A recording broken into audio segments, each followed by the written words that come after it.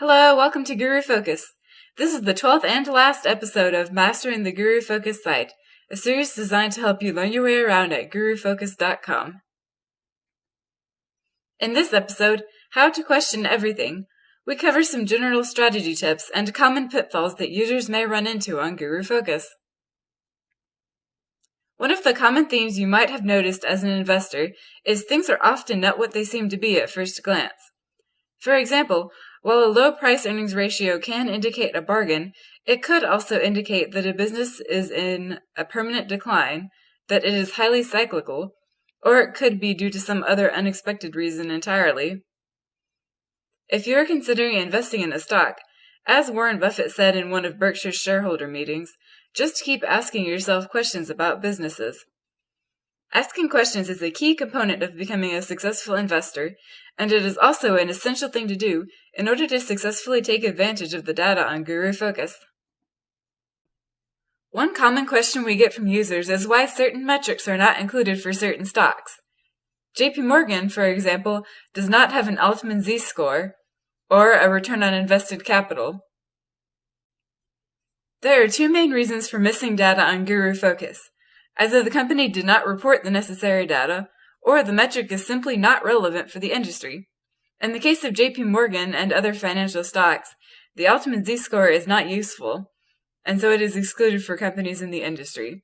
This is the same for return on invested capital and a few other cash flow metrics. Meanwhile, something like the price-earnings ratio is calculated for all stocks that it is possible for. A price-earnings ratio needs to have positive earnings in order to be calculated. If the stock reported negative earnings in the most recent quarter, the price-earnings ratio will be missing from this section.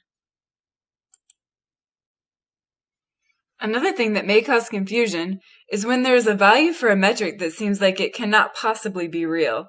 For example, say you were interested in Energex Renewable Energy, a Canadian green energy company. However, while the operating margin for this company is an astonishing 51.71%, the net margin is in the negatives at negative 15.54%.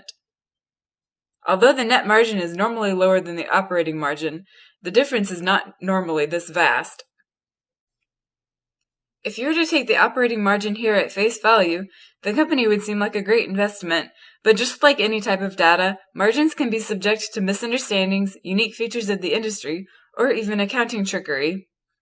The main reasons can be found in the company's recent quarterly earnings reports.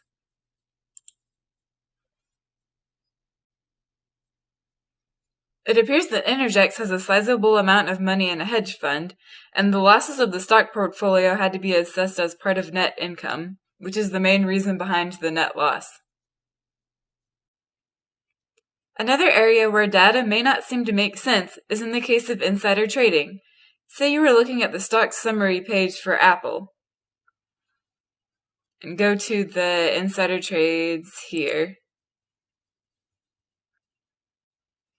Even though Apple is a strong company, insiders have almost exclusively been selling the stock for the last few years.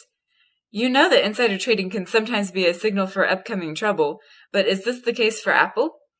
To determine the reason for mass insider trading, we can take a look at the SEC filings for US-listed companies. On GuruFocus, we have a handy shortcut to the filings here, which saves time compared to searching through the SEC website or the company's own website. If there is an alternative explanation for mass insider trading, you should be able to find it in the quarterly or annual filing where the selling took place.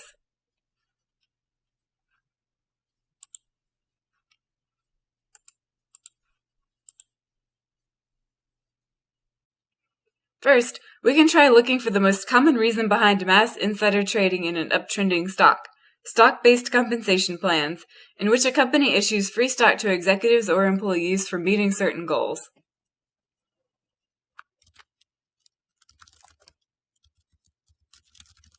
Sure enough, a quick Control-F search shows us that share-based compensation accounted for nearly $2 billion during the 3 months ended June 27, 2020.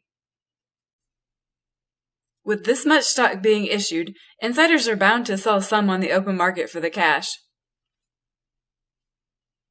That's all for this video. This concludes our Mastering the GuruFocus site series.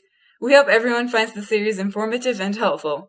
If you ever have questions on how to use our site, make sure to let us know. If you want to see more from GuruFocus, make sure to like, subscribe, and click the bell to be notified of new content. Come find us on social media as well. We'd love to connect with you. Thanks for watching.